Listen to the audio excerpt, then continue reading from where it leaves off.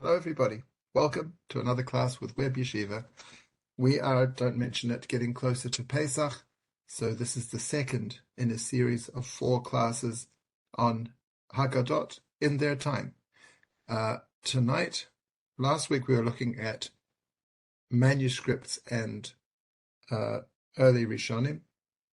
Today we're going to look at the first illuminated Haggadah, which is also known as the Birds Head Haggadah. Now, you may be familiar with the Birds Head Haggadah. It's the kind of Haggadah that once you've seen it, you remember it. But I think, and my brother asked me yesterday, if there's no commentary on it, what am I going to say? Well, I think there's a lot of commentary in the images. So let's have a look at this Birds Head Haggadah. Here is an example, an illustration from, excellent then. So you may know, you can help me when I get stuck on this shir. This is an illustration from Hallel, where it says, Hodu LaHashem ki tov ki le'olam chasdo, standing on a stender. It's a nice book. And you see the person reading the book is looks like a human being, but with a bird's head.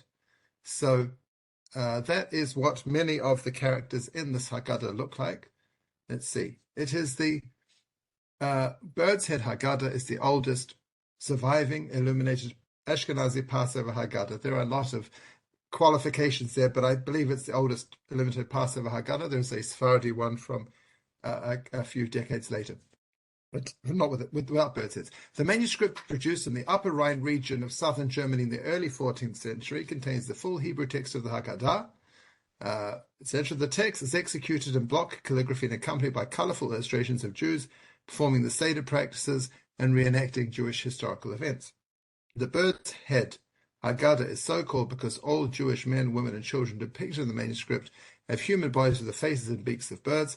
Non-Jewish human faces and non-human faces, such as those of the angels, the sun, and the moon, are blank or blurred. Numerous theories have been advanced to explain the unusual iconography, usually tied to Jewish aniconism, which means the prohibition of drawing pictures of people or things. The Haggadah is in the possession of the Israel Museum in Jerusalem, where it is on permanent exhibition. So here's this is the title page of the Birds Head Haggadah. We have on the right here, we have the wife of the house wearing a snood. All the women wear snoods, and on the left we have a man, the master of the house, with his with a bird's head and what looks a little bit like a toilet plunger on his head. We'll talk about that. It's known as a Jew's cap. Also, Erev Pesach, we have on the left here a picture of somebody with a bird's head making charoset. So that's kind of what it looks like. And we'll see lots more pictures as the day goes on. The text was by a scribe named Menachem, because the name Menachem is pulled out in the word Menuchim, Munachim, fine, revealing a signature. And the text is 12 rows, etc. So I've read a lot of articles and 2 longer articles about this. A lot of what I'm going to say comes from Mark Epstein, who wrote probably the version you have, Lynn, probably has an introduction by Mark Epstein. And then there's another counter-argument from, I've forgotten her name, Phyllis something. And then there's a few things that I noticed myself, which I'd like to present, and sometimes I haven't been clear about who said what. And obviously, if you say things b'shem omro, in the name of the person who said them, you bring Geulah, and especially at Pesach time, we want Geulah. So I apologize in advance if it's not clear who said what. That was not intentional. Just careless. So my question is, why do some of the people in the Haggadah not have human heads? Now, and iconography, right? We're going to talk about. Oh, you've got the pop-up version. Oh, that is amazing. I think I'm going to have to get that. And the last part of the shiur is going to look at the prohibition of drawing images of humans, and in the historical context of the rabbis of that time, that's presumably why they didn't draw people with people heads. Obviously, nowadays, I don't know. I have several benches on my shelf which have images of people in them. On my phone, I've got pictures of people. On the title slide of this shiur, there's a picture of me for some reason. So clearly, whatever the prohibition was at the time they wrote this Haggadah, we don't hold by it anymore. But I want to go through what that looks like, but that's going to be the second half of the shiur. Why do they have birds' heads? I want to look at why birds, given that you can't draw a human head, why not rabbit heads, like a Beatrix Potter book, or a cat head, or a cow head, or lots of kinds of, or just an emoji with a smiley face. There's lots of kinds of things you could have done that wouldn't have been birds. Why are they wearing these funny hats? And what is the historical context of the Haggadah? Those are some of the questions I wanted to look at. So let's start with who has the birds' heads. I love this story. Mark Epstein is writing this academic introduction to the Birds Head Haggadah, and he's done a lot of research and come up with a whole bunch of new ideas. But the biggest chiddush came from his 10-year-old son. So he says, you can see on the image here, right? Kol Shama Shodram Elu. This is Rabban Gamliel's statement in the Haggadah. At the bottom of the page, we have, you can't see the next, you'll see the fuller image later, but we have Paro and his chariots chasing after the Israelites, right? And you'll see that the king has a crown on his head, that's Paro. His face is blurred out. In front of him is a knight holding a flag, and he has a kind of human head, and there's maybe some people in the chariot, I'm not sure, and a couple of birds' head people. So here again, says Mark Epstein, here again I'm in debt to the unprejudiced observations of my son. Misha was intrigued by the interplay between the birds' heads and the featureless human faces, and he attempted, as 10-year-olds will, to fit the two into a fail-safe and universally applicable morphology of binary opposition. See, even when you write about what 10-year-olds said, it still has to sound academic. Observing that Paro and his host, who are shown pursuing the departing Israelites, are depicted without birds' head, he inferred that all the Mitzrayim, all the Egyptians, have normal faces, and all Bnei Israel, all the Jews, have birds' faces. This generalization seemed to be a plausible strategy for distinguishing the two groups of figures, the fatherless and the bird-headed in the manuscript. Should be faceless, I think, I'm sorry. I understood how, to Misha, this might have seemed a good way of organizing the images. However, smug in what I suppose was my superior art historical expertise, I thought I saw his error immediately. I decided in the best treasure-hunting fashion to help him discover for himself that there were two Mitzrayim situated directly behind Paro who did in fact sport birds' heads. Right, let's just go back and see that. I don't know if you can see my cursor, but here is Paro. The two people in front are Egyptians, and the two people behind have birds' heads. And they presume they are also Egyptians, right? So Misha, I said, look again, Misha, this time more carefully. Do all the Mitzrayim really have normal faces? Can you spot the two who don't? The child did not miss a beat. Abba, he exhaled, with the exasperated air of one who catches his father pretending not to know something he ought to. Anybody can tell that that's Datan and Aviram. In response to my puzzled look, he explained the Nokshim, the Jewish taskmasters. See, one of them has a whip and the other has a club. So they have to be Datan and Aviram. So based on this observation of this 10-year-old and this answer to his father's question, Wikipedia leads off by saying that the Jews wear birds' heads and the non-Jews have non-Jewish heads. Here you can see the whole picture, and I'm just talking Yonatan, for example, says this distinction, Vayomar Paro leDatan v'Aviram b'nei, right? The Jews have fled. We're Pasha B'Shalach. The Jews have left Egypt, and then Paro hears they're confused, whatever. So Paro says to Datan Aviram, Bnei Yisrael demishtayrim b'Mitzrayim, the two of the Bnei Yisrael, the Israelites who remained in Egypt, Mitafin hinun ima beit Yisrael ba'ara. The Bnei Yisrael are confused in the land. Tarad lehun tavat tzafon negdoi demidbara. Chase after them. Oh, no, I'm sorry. The Tavat, the mistake, the idol of Tzafon is opposing them in the desert. So, according to an early Jewish tradition, Datan and Aviram were with Pharaoh when he chased after the Israelites. Somehow, after the Egyptians drowned in the sea, Datan and Aviram joined up with the Israelites and continued through the desert and caused grief and trouble for Moshe and the other Bnei Israel right the way through. So, according to Misha and Mark Epstein goes along with this, right? I think these are two Egyptians in the back here.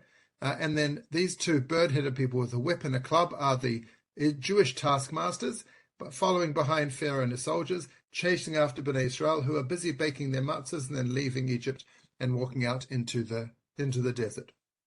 Now, I just want to talk about the flag here, and the coat of arms on Pharaoh's chariot. I'm not sure how familiar that might look to you, but it looks pretty similar to me to the Habsburg coat of arms. Again, this is not right. The eagle black on a white background, or sometimes black and yellow. This looks like they've reimagined Pharaoh as the Christian ruler of the country in which they live, which is, again, that shows the importance of putting this into the historical context. And all you Austro-Hungarians out there can be excited for the Habsburgs, but they've turned him into Paro.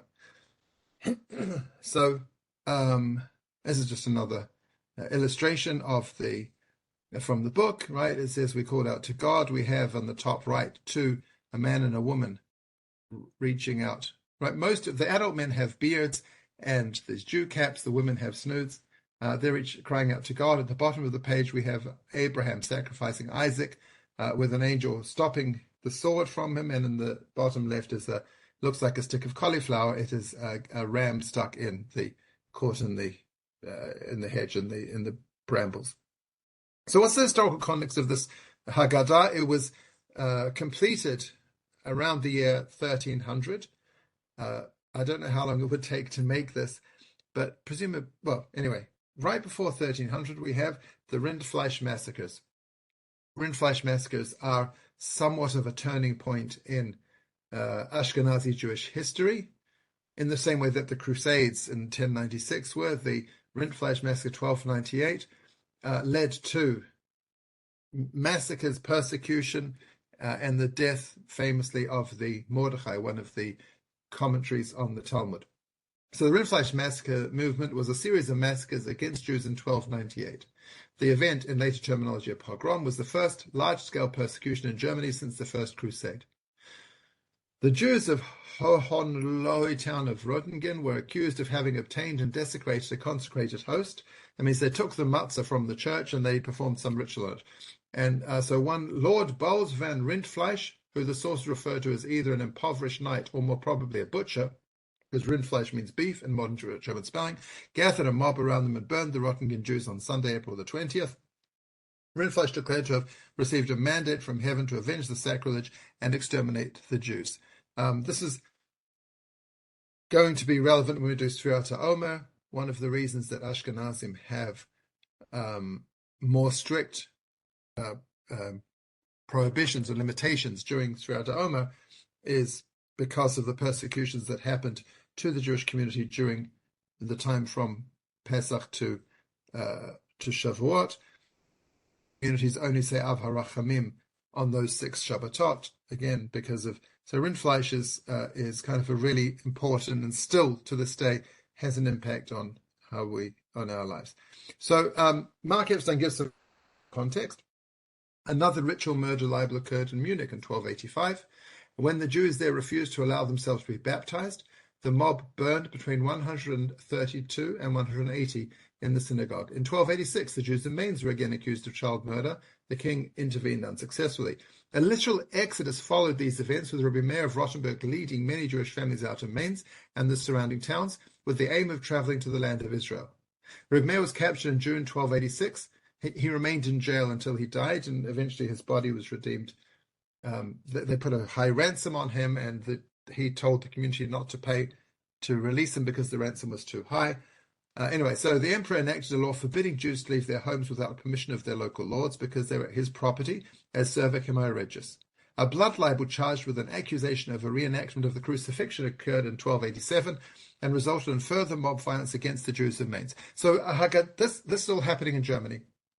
I know we talk about always having pogroms, but the end of the 13th century was a whole bunch of massacres all in Germany at the time that the author of this Haggadah, the illuminator of this Haggadah, was either working on it or thinking about working on it. And therefore I think there's a lot of anti-blood libel themes here. So we see, for example, where the text says this, the maror, these bitter herbs that we eat, and it says it wasn't only our ancestors who God redeemed, but in every generation, we have to see ourselves as if we've escaped from Egypt. So they are, the story here begins from the bottom right to bottom left. The entire process of making matzah, from I think that's grinding the wheat, making the matzah, and then baking the matzah, and to me this is a message saying, first of all, we've just survived another modern day paro of these blood libels and these massacres and rindfleisch and everything else. And second of all, look how we make matzah. We don't desecrate the host. We don't put in Christian baby blood. We make matzah out of wheat and we bake it, and that's all there is to it. And therefore, the charges against us are invalid. Now, again, who's his audience, right? He's speaking to Jews, not Christians. Nevertheless, we do what we do in the proper way, and we pray to God that he will redeem us also from the current exile. I'm going to say this maybe later, but I'll just say it now as well. Rindfleisch means butcher, right? He's beef. And I wonder if one of the reasons that the people have bird heads as opposed to any other animal is to say, the beef guy got us, but we're still, flying away. We're birds and we're not cows. This is maybe a dig at Rindfleisch. We don't want to be like him. We're not going to be mammals. We're going to be birds. And we'll see what kind of birds later on. So I want to talk about the Jew's hat. All of the Jews wear this Jew's hat. You can see this is not from this Haggadah. This is the Yitzchak's Brit Milah in a Chumash from about the same time period. So the Jew's hat, or Jewish cap, it was a cone-shaped pointed hat, often white or yellow, worn by Jews in medieval Europe. Initially worn by choice, its wearing was enforced in some places in Europe after the 1215 Fourth Council of the Lateran for adult male Jews to wear while outside a ghetto to distinguish them from others. Like the Phrygian cap that it often resembles, the hat may have originated in pre-Islamic Persia, as a similar hat was worn by Babylonian Jews. So this is, before the Gold Star or whatever, the Jews in 13th century in medieval Germany had to wear a special hat to identify them as Jews. We'll see in a second. Also, Muslims had to wear an identifying hat. The Fourth Council of the Lateran is what led up to or allowed for or created an environment where the massacres and pogroms of the 13th century came from. So the Fourth Council of Lateran, in some provinces, a difference in dress distinguishes the Jews or Saracens from the Christians. Saracens means Muslims. But in certain others, such a confusion has grown up. This is the text of their proclamation of this Fourth Council. So some people, in some places, Jews and Saracens Jews and Saracens dress differently. But in certain others, such a confusion has grown up that they cannot be distinguished by any difference. It happens at times that through error, Christians have relations with the women of Jews or Saracens, and Jews and Saracens with Christian women. Therefore, that they may not, under pretext of error of this sort, excuse themselves in the future for the excesses of such prohibited intercourse, we decree that such Jews and Saracens of both sexes in every Christian province and at all times shall be marked off in the eyes of the public from other peoples through the character of their dress, particularly since it may be read in the writings of Moses that this very law has been enjoined upon them. So the Christians, the church, the Catholic Church, required Jews to wear this Jew's cap, and in keeping with that, every male Jew in this Haggadah has a Jew's cap on. I wonder if this is somewhat of a taking something negative and turning it into something of pride, because the requirement was to wear the hat outside of the ghetto, and here they are in their homes celebrating Seder and proudly wearing this Jew's cap to identify themselves as Jews. We're not afraid. Now, Mark Epstein, if you have questions, you can write them in the chat. Mark Epstein has this suggestion. If you look at the pictures in the book, they have the beaks of birds, the males have beards, and they have funny pointy ears that are not human ears. Mark Epstein suggests maybe they're not birds, but griffins. And some places started referring to this as the Griffin Head Haggadah, which is not as exciting as the bird head. Well, more depends if you're into Dungeons and Dragons and Harry Potter. Maybe it is more exciting. Right, so in other words, Michael, thank you for checking that. Jews have to be distinguished by wearing tzitzit, and so they needed to be distinguished in another way as well. They had to wear special Jewish clothes. So Epstein suggests that they're not birds, but they are griffins. Now, Phyllis Portnoy disagrees with him. But you can see in these images, right, the birds have mammalian ears, beards, hands, and feet. Perhaps they are human, or perhaps they are half eagle and half lion, griffins, which is Epstein's suggestion.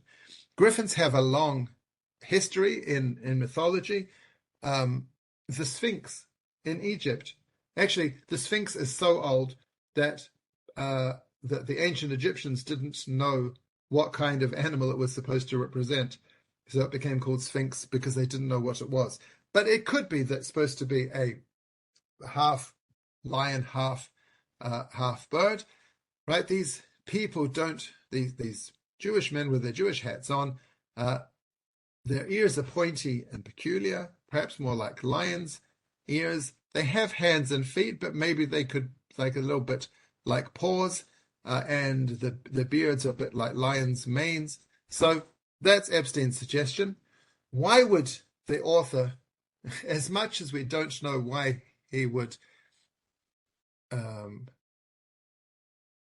right, it does, it's like the point, exactly like the masks of the plague masks. As much as we don't know why they might be birds, we even more don't know why they might be griffins. So Epstein has some suggestions. I want to take that a little bit further as to why they might do that. He basically suggests that you may interpret a bird. Well, the Jews were downtrodden. The Jews were miserable. The Jews had been massacred.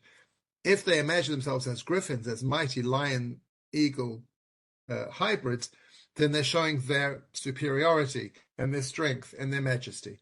And we find, for example, the Yerushalmi talks about the parochet that was in the Mishkan and then in the temple. I mean, notwithstanding the image that I put here, Yerushalmi says, we read last week's Pasha, we're going to read in this week's Pasha. Anyway, we're talking about making the Mishkan. In one place it is embroidered, and the other place is intelligent. So, Maser Rokem Patzov Achad, Maser Choshev, Shnei Patzofim. Maser Rokem means it has one face.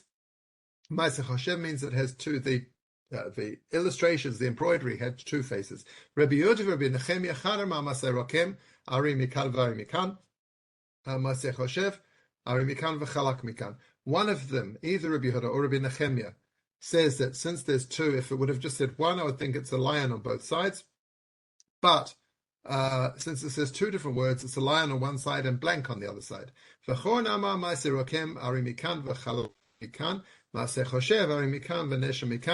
other one says that the words mean it's a lion on one side and an eagle on the other side. So a lion eagle is embroidered into the fabric of the Mishkan. So, Michael, I'm going to come back to the parochet at the end when we talk about the potential prohibitions of human faces. But yes, certainly a lion is, even in Jerusalem, all the manhole covers and all the park benches have a symbol of a lion on them. That's a symbol of majesty and a symbol of Jerusalem. And so on the Kruvim, and Epstein, I think goes too far with this griffin idea.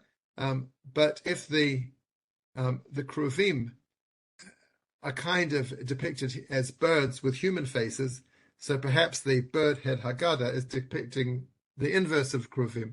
So it's not to be Kruvim, but it's bird faces and human bodies, or it's bird lion people. We find reference to that. Here is a relatively contemporary Siddur, where you see, again, people depicted without human faces. Here they seem to have lion faces or perhaps they're bears or stoats, I don't know. But they might be lions, drawn by somebody who's never seen a lion because they live in Germany. So that's Gavri and Michael. So it's not a crazy thing. This isn't the bird heads is not the first time people have created text illustrations without human faces. So in Shmuel we talk about eagles and lions, right? David, at the beginning of 2 Samuel, David is lamenting the deaths of Shaul and Yonatan, and he says, Shaul v'Yonatan ha'ne'avim v'aniyimim b'chaim v'metam lo nifradu. Shaul and Jonathan, beloved, cherished, in their lives and in their deaths they were not separated. Minisharim kalu u'me'erat gaveru, they were swifter than eagles and stronger than lions. So if Epstein is right and these birds are really griffins, that would be an allusion to the mightiness of the kingdom, to Shaul and Yonatan, the first king and the first heir to the throne, and it would be uplifting and show the strength and optimism of the Jewish people. Or conversely, after the First Crusade, when the communities of Speyer, Mainz, and Worms were destroyed, and Yehuda ben Kalonimus, I believe, wrote Kalonimus ben Yehuda, wrote this Kina, this lamentation that we recite on Tisha B'Av, describing those communities that were destroyed. He also says, Al-Duri Kal Meginsa Hadura, the distinguished leaders of Mainz, Min Sharim Kalo Me'at Lehet Gabara, right? He quotes this idea from Shaul and Yonatan. They were swifter than eagles and stronger than lions. Hishlimu nafsham yichud shem hanara. They gave up their souls with unifying God's name. So on the one hand, it's a symbol of majesty, and on the other hand, it's a reminder of the destruction in the morning after the massacres of the First Crusades, and then again the same idea of the Second Crusade. So maybe they're griffins, right? But maybe they're birds, as Portnoy said. She says it can't be a symbol of, first of all, she doesn't believe they look like griffins. There's no lionness about them, and she thinks the whole thing is a stretch. On Sunday night, I read Epstein. I thought, wow, that's quite convincing. And then last night I read Portnoy. I'm like, she's convincing. So I don't know where I stand. But one of her claims is that this Haggadah is about saying the Jews are suffering and in exile, and we're going through our own Pharaoh and our own persecution, and therefore it would be inappropriate to depict ourselves as lions and eagles. I'm not sure I necessarily agree with her, but anyway, she points out, I don't know if you can actually see it here, but I think I put it in the next image, but maybe not. At the Seder table we have at the beginning, Halach Ma'anya, right? So we've got everyone getting ready on the bottom of the right page, and the left page is the wife on the right and the husband on the left. And what you can't necessarily see is he's opening his Haggadah, and inside his Haggadah it says Halach Ma'anya. So perhaps he's just opened to the page that they were up to in the story. So Portnoy suggests that it says Halach Ma'anya because the point of this is that we are poor. This is the bread of affliction. We're in a time of suffering. I wasn't smart enough to include that small pull-out picture. You have to take my word for it. So she says they're not griffins, they are birds. Okay, I don't really have... I'm falling somewhere in the middle of this. I definitely like the bird idea. There's pieces in here that I think challenge Christianity. In other words, I think this is a book of defiance and a book of hope and optimism. For example, if you look on the right here, maybe you can see we have the top right has a Jew with a Jew cap and a bird face, and it says above it Yaakov, and on the left at the top it says Har Seir, and it says Esav, and there's a blue Jew with a bird face and a Jew's cap. So even if you don't buy into the bird, Jews are all wearing bird faces, he's definitely wearing a Jew's cap. So why would you depict Esau, as a Jew? So the Gemara Kiddushin says, Rabbi Avi and Amar Rabbi Yochanan, Nochri Yoreshet Aviv Devar Torah. talking about the concept of inheritance, right? Who inherits from what, and laws of inheritance for Jews. He says that non-Jews inherit their non-Jewish father by Torah law, because it says, Ki Yerusha le'esav natati et har seir, which is the verse that we read in the Haggadah. I gave Esav an inheritance, the Mount Seir. So the Gemara says, maybe Esav is not a non-Jew. You can't learn that. Dilma Yisrael Mishumad Shani. Maybe Esav is Jewish. He just went off the derech. He's a Jew who didn't follow the Torah, and therefore he'd be inheriting from his Jewish, he's obviously inheriting from his Jewish father, Yitzchak. So therefore we can't learn from Esav. So it's a different verse, the Bain, not Atati at Yerusha. So this picture of Esav as a Jew next to the verse of Har Seir is saying that Esav, who medieval and earlier Jewish literature connects to Christianity, and who the Christians connected to Christianity, essentially, right? I'm not going to go into the history now because I haven't got time, but Esav is Edom. Edom was basically mostly destroyed by King David, and then by the time of Herod, there was nothing of Edom left. So post Second Temple, Edom became the Roman Empire, and then the Roman Empire became the Christian Empire. And so both Jews and Christians, to a certain extent, saw Esav as connected to Christianity. The author of this Haggadah, or the illustrator of this Haggadah, Menachem, is saying that Esav is one of us. He's a Jew too. And we're saying he went the wrong way. He's a Yisrael Mishumat, but he's still one of us. And you see the picture closer in this, right? You see Hasi at the top and Esav, and he looks just like all the other Jews there. Tertullian, who is, I think, 3rd, 4th century, somebody can Google that, one of the major Christian theologians, early Christian theologians, he wrote a book called Against the Jews, and in it, he makes this connection between Esav and Christianity. He says that from Rebekah's womb, 2 peoples and 2 clans are about to come forth. They are, of course, the Jews, that is Israel, and the Gentiles, that is us.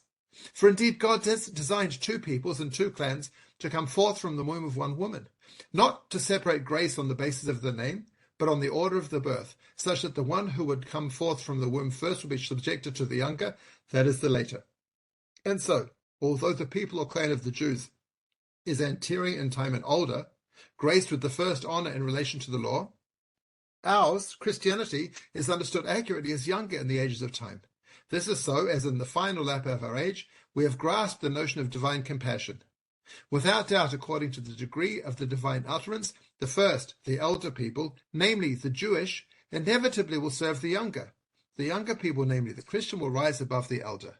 So Tertullian is saying that Tertullian is saying that Jacob is, the Christianity is Jacob, or just as Jacob usurped Esav, so too Christianity usurps Judaism. And so perhaps the author of this Haggadah is saying, no way, we're still here. Esav's still one of us. He's gone the wrong way, but he's still Jewish, and we're not handing over the mantle of the second-born inheriting to the Christians. Or maybe not specific to Tertullian, but this idea of Christianity taking over from Judaism through the 2 brothers. No, they're both here. Just Esav went the wrong way, and he's a Jew and went the wrong way. The theme of the Haggadah, of course, is from slavery to redemption, and this is particularly poignant in 1300 when they've gone, not slavery, but persecution, and there was this movement to go to Israel, which was thwarted by the king, but they were trying to pack their bags and leave and go to Israel, and certainly were looking for redemption from the persecutions and the massacres. So we have, in this illustration here on the Haggadah, we have, right, it's talking about the affliction, and we have the images are Pitom and Ramses. The Jews are building Pitom and Ramses, it says in small text, and there's a ladder in between. It looks like a guy's carrying a banana on his shoulder, climbing up to the top. So I was wondering, this is definitely my idea that I didn't see anywhere else, and therefore feel free to reject it, but you can reject all the other ideas too. Why did they have a ladder? Pitom and Ramses, Pharaoh's storehouses, I always imagine them sitting in the desert next to each other, far from each other. I don't know what, but there wasn't one higher and one lower. Why would you have a ladder going from one to the other? It's interesting that the little Gothic towers that are there have little Jew hats on top as well, right? Saying that we built this. We were here. Anyway, so I wonder two things. And you can't see here very well, and the next slide maybe you can see it more clearly. I'm not sure that everyone here has a bird's head. I think there might be some people without bird's heads. If that's true, that would mean that they are Egyptians and not Israelites. So I wonder, there's a Midrash Shemot Rabbah says, that Pharaoh placed on him, right, taskmasters, Aleim lo nemar ela alav, doesn't say on them, on the Jews, but on himself. Tana Rabbi Elazar Rabbi Shimon, melamed she'aviu mel ben v'talu b'tzavaro shel Paro. This teaches they took a brick and they hung it around Pharaoh's neck. She'im hayachal mishal she'omer lahem istanisani. If one of the Israelites would say, I don't do brickwork, I'm too delicate, I can't build these cities, Amrim lo klum istanis atam miparo. Are you more of an istad, more delicate than Pharaoh? So maybe one of these people in this image is supposed to be Pharaoh. Maybe I'm going to say different, but maybe the banana he's carrying is the symbol of a brick that is, well, it's not a symbol. I think the banana is a bowl carrying something. Maybe it's carrying bricks. Maybe it's showing that Pharaoh is involved in the building, or at least symbolically involved in the building too. Maybe. I don't know. And then another idea I had was that why are they called Pitom and Ramses? So again, the Midrash says, Rav Shmuel Chatamar Shemisaknot et Baalehen. They're called cities of storage because the word miskenot, they endanger those who are building them, just like a ladder would endanger you climbing up higher. Sorry, they either endanger their owners or endanger the people building them. Anyone building is in danger. Fine, maybe that's why there's a ladder, because we're scared of heights. Rabbanan Amrei, Bate El Tzarot, the rabbis say they are storehouses, Kamodotema, Lech Boel HaSachen Hazeh, Et Pitom Vet Ramses. Why are those names? Rav Shmuel Chadama Pitom Shema. So one says, actually it was one city, and it was called Pitom. V'lam Shema Ramses. Why is it called Ramses? Sherishon Rishon Mitra says, because every time they would put down a brick, it would collapse into the ground, and they'd put the second brick. They'd keep building and building and never make any progress. V'chadama Ramses Shema. The other one says it was called Ramses. Lam Shema Pitom. And why is it called Pitom? Sherishon Rishon Pi Tahom Bala, because every time they put a brick down, it would swallow it into the abyss.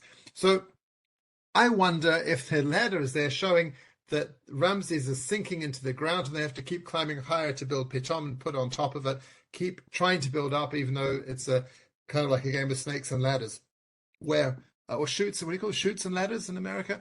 Where the harder you try, you keep climbing up and you still end up back where you started at on the bottom. Maybe it's the same two people, right, who are climbing up. The green man and the red man get to the top of the building and they fall back down to the bottom and start all over again in an infinite chain, a Sisyphean task. I don't know. That was a thought I had. The bananas. I see this picture from Speculum Humanis Salvatonis, and they've got the same bananas there. Now, this book, it is slightly later than our Haggadah, but nevertheless, the book shows that whatever the Jews did back in the day, the Christians then adopted and perfected or turned into did it in the proper way. So we have on the bottom right is the Jews collecting the manna in the desert in their bowls, and then we have those same bowls used in the Last Supper by Jesus and the disciples. So these bowls, right, in this book, right, the mirror of human salvation, the bowls represent the Jews losing what they had, and the Christians taking it and making it into what it was supposed to be. So I wonder if the bowls there when they're building Pitom and Ramses are, again, this book came out afterwards, but this idea of a bowl, and an idea of a bowl of manna, which is used then as the Last Supper and becomes the bowl of the Eucharist, they're using it to carry their bricks, to build Pitom and Ramses. So perhaps it's another dig at some of the Christian ideas. We have manna in the Birds Head Haggadah. In Dayenu, it says, Ilo hechilanu et haman. If God would have given us the manna and not given us the Torah, not given us Shabbat, I think, and then the Torah, Dayenu. So we have here a picture of two Jewish men with their birds' heads and their Jews' caps collecting the manna, and also there is a quail, right? The slav, one of the quail or grouse or however you translate that, that when Parsha B'Shalach as well, when they came out from Egypt and they got to the desert and they said they were hungry, God gave them manna and he also gave them slav. In Parsha Ba'aloscha, that became a bad thing, but initially that was not. So they're picking up the manna, and there's one, and it seems those hands at the top, those are God's hands reaching out from heaven, dropping down the manna, or maybe he's holding the bowls and tipping out the manna from the bowls to them for them to take. So Epstein suggests that this is a Christian imagery. Well, whatever. Again, there's a lot of guesswork going on here, so let's see what he says. In the illumination of the descent of the manna and quails on folio 22v, the small, round, flat manna bears an unmistakable resemblance to Eucharist wafers, and the single quail is shown in bird's eye view as it appears from above, in a manner analogous to Christian treatments of the descent of the dove of the Holy Spirit on such occasions as the baptism of Jesus or the moment of Eucharistic transubstantiation. Thus, when the manna is represented in the shape of Eucharistic hosts, I can't read.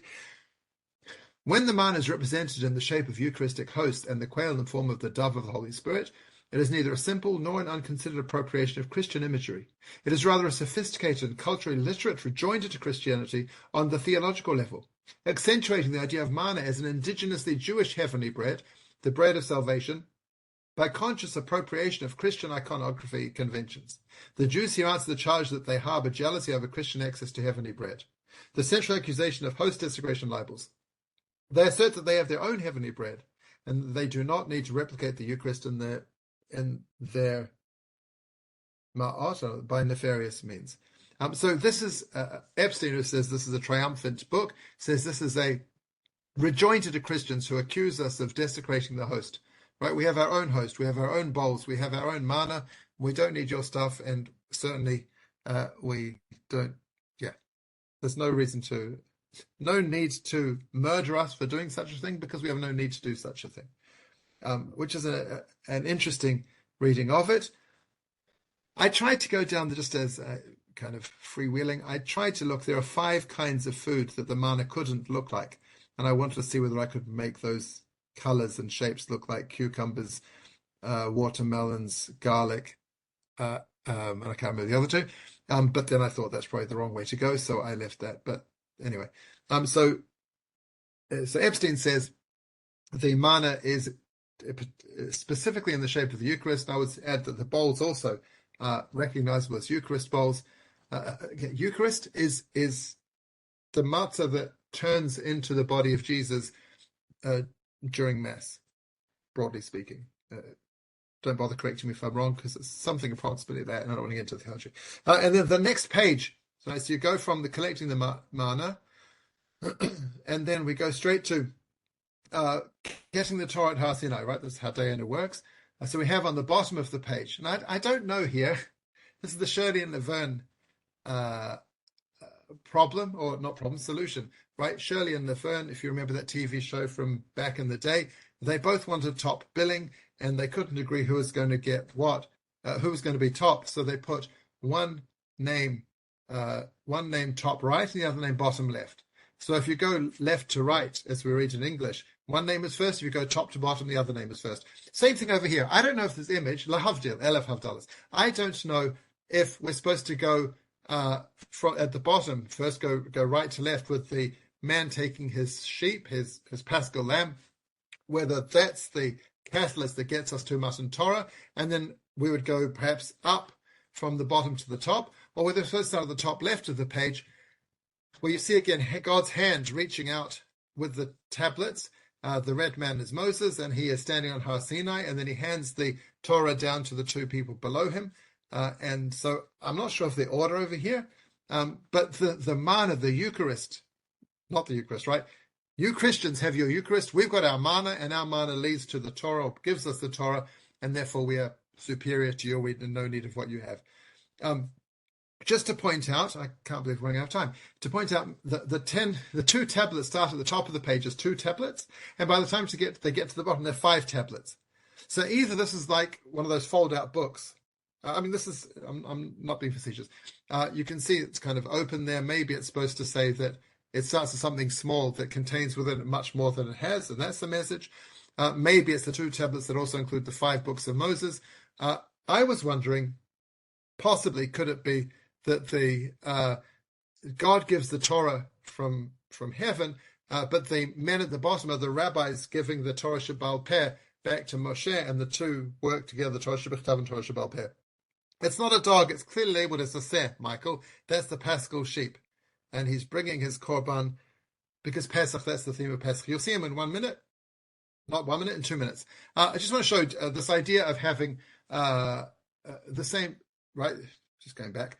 The guy in red is Moshe, and it's like an animated stop motion. He's at the top, he's in the middle, he's wherever. So that's how they depicted motion and movement in those days. We see that same thing here. Moses at the top of the mountain getting the Torah from God. You see a hand there as well. Moses coming down the mountain. Moses handing the Torah to the people at the bottom. What starts as 1 tablet at the top becomes 2 tablets at the bottom. All the Jews wearing their Jews' caps. So the same idea of expanding as it gets to the bottom. We see that's a common idea. Here's the same sheep, Michael, skewered, and as the Korban Pesach, with the guy coming. It's got ram's horns. You can see it's definitely not a dog. He's bringing it to the Seder, and everyone's coming to celebrate and toast and have their cup of wine. So that's the redemption from slavery to redemption. Okay, now I have just over 10 minutes left. Let's see how far I get with this. The prohibition of graven images, right? This whole premise of using birds' heads is because the illustrator did not want to use human heads. Why is that the case? Well, it says in the Torah, right? Number 2. Oh, that's on the back for English. Anyway, number 2, don't make a graven image. What does that mean, don't make a graven image? Right? So I'm going to have to do this too quickly, but the Gemara in Rosh Hashanah talks about Rabbi Gamliel. He would examine the witnesses who came to say they'd seen the moon, and he had, they've called it diagrams. I think they were reliefs of the moon on his wall, and he would show it to him and say, did it look like this and did it look like that? I think these are not 3-dimensional, not globes, but like really sticking out of the wall of the moon. So he had that, and the Gemara says, how is he allowed to have these figures? It says, Lo tasuni ti, right? So you can't make images of people with me, of things with me, right? My attendants in heaven, if I'm God, you can't make images of sun and the moon. So Abaya says, the prohibition is only if you can make the whole thing, but you can never build a moon and you can never build a sun, so there's no prohibition of doing that. That's Abaya. And then we talk about other things. Sorry, did I say? I don't know why I put that twice. And then Abaya says only specific things, right? You can't have a face of a man or a lion or a bull or a eagle. Those are the 4 prohibitions because those are the 4 faces of the chariot. So then why can't we, the Gemara says we can't do human faces. Sorry, just to back up. Abaya says the prohibition is only using all 4 of the faces. So perhaps this connects a bit to the griffin idea that you can't have all 4, but you could have, let's say 2 of them, the lion and the eagle together, and they left out the bull because of rindfleisch. I'm really stretching now, but who knows? Left out the human. So then why can't you do a human face, the Gemara says? And this is a whole other shear in and of itself, but I'm Rav Yehuda by Rabbi Yeshua, Miprakid Rabbi Yeshua, Shemieleh. I learned this from Rabbi Yeshua's shear. Lo tasun iti, right? It says, don't make with me graven images. They learn as Lo tasun oti, don't make a picture of me, God, don't make God. And God, right, man, humans are Tzelem Elokim, Demut Elokim. So we are in the image of God. You can't make images that look like God. But you can make images of anything else. So with that, you would not be allowed to use human heads, but you would be allowed to use any other kind of head that you wanted. Okay. We have, though, and this is because I'm going to get to the halacha in the small amount of time I already have now. Yes, Lynn, possibly there's a dove eagle thing happening. That's also a lovely idea. So can you draw a two-dimensional picture, right? So there was a shul in Nahada that had a statue, and Shmuel's father and Levi would pray there, and they weren't worried about it because it was not an idol, it was just ornamental. In contrast to that, they talk about Menachem ben Simai. Why is he called the son of the holy ones? He wouldn't even look at the money, which had the picture of a king or a face of a human on it. He wouldn't even look at the money. And he was so religious, as it were, so he didn't even do that. The illustrator of this Haggadah is called Menachem. I wonder if I don't want to put images of people because I'm like my ancestor Menachem bar Simai. I'm, again, stretching a lot. There are times you can have graven images, right? If it's painted on the wall, two-dimensional, you're allowed to do it. We find mosaics, very early mosaics, which have human faces on them, as well as animal faces, and in synagogues. So presumably they were permitted. However, at the time of the Haggadah in Germany, there were a couple of rabbis who, one was very against it and one not, and this is Michael in the Parochet question. So the Shulchan Aruch brings both opinions. Have I got time? I'll try. In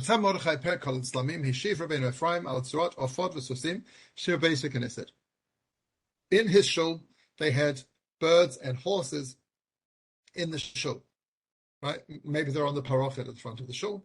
And he says, they're not like engravings that stick out. Because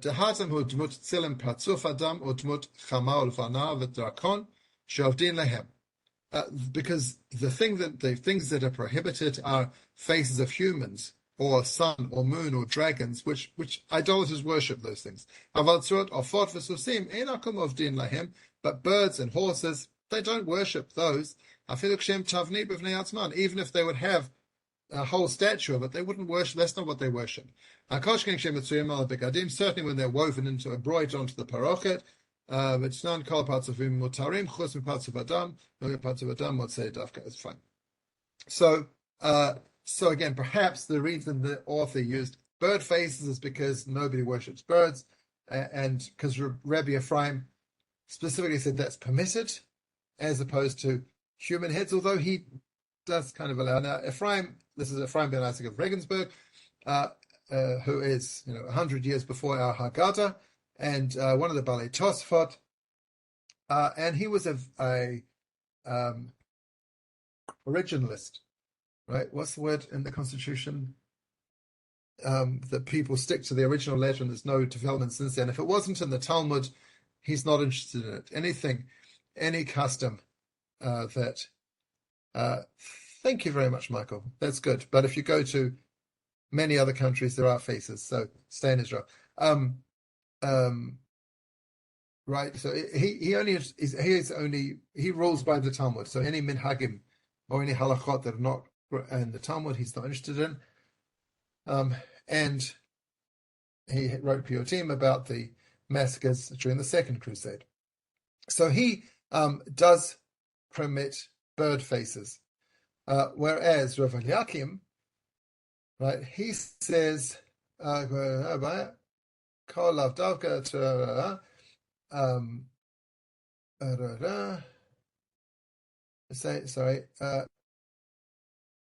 right, even it's forbidden even to make shapes of animals, and therefore in his shul, where they had lions and snakes in the shul, again maybe on the parochet, he ordered they remove them from the shul. So he wouldn't allow even the heads of animals. He is from Mainz, Magenza, 11th century. We don't know very much about him except that he's well connected to other people. So the illustrator drew the Egyptians with round face, but no faces on them. There's no details on the faces. They're just kind of circles, kind of like an emoji, but without even eyes and nose. So he avoided drawing. He didn't draw any human faces. He did draw bird faces, maybe because he lived at this time and was caught up in this machloket. Really quickly, there's a Holocaust story in this, which is we don't know who commissioned the original Haggadah in 1300. We don't know really where it was from there right until the 20th century. We do know it was clearly treasured and protected and looked after, and it wasn't as much as we might think it looks like a joke nowadays. It was not a joke Haggadah at the time, but something very special and valuable. We know that Marum, a family called Marum, owned it before the Holocaust, and then after the Holocaust, someone called Herbert Kahn has it, and he sells it to what becomes the Israel Museum. And so the Marum family in the 80s see this, recognize it, they sue to try and get possession of it or get compensation. Eventually they give up because the lawyers say you're not going to win this one. They did, 2017, I found this article, where they asked if it could, right? They claimed that it was stolen, either it was stolen during the Holocaust and sold without permission. Could they at least rename, they don't mind leaving it in the Israel Museum, but could they please rename it the Maroon Haggadah rather than the Birds Head Haggadah?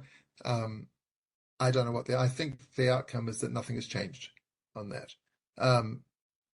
Anyway, so there's kind of a modern Holocaust story there.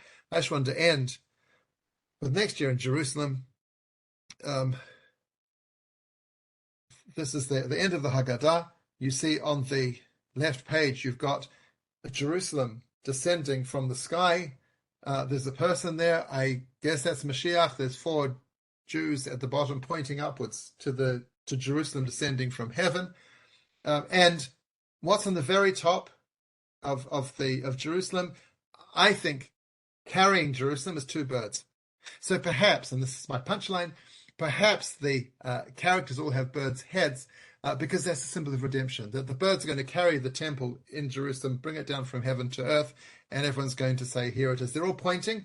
That reminds us of Bishalach, when they left Egypt and we saw at the sea, everyone said, Zeh Eli va'anvehu, this is my God, and I will glorify him. And Rashi and the Gemara say they were pointing, they could see God physically. And Shemot Rabbah has this idea. Olei hayam, kol echad v'chad mareh be'etzba'o. They came out of the sea, the Israelites, and each one pointed with their finger. This is my God. So God says to them, in this world, you said one time, this is my God. But in the future, you're going to say the same thing twice. It says in Isaiah, on that day, this is our God, we hope for him, he will save us.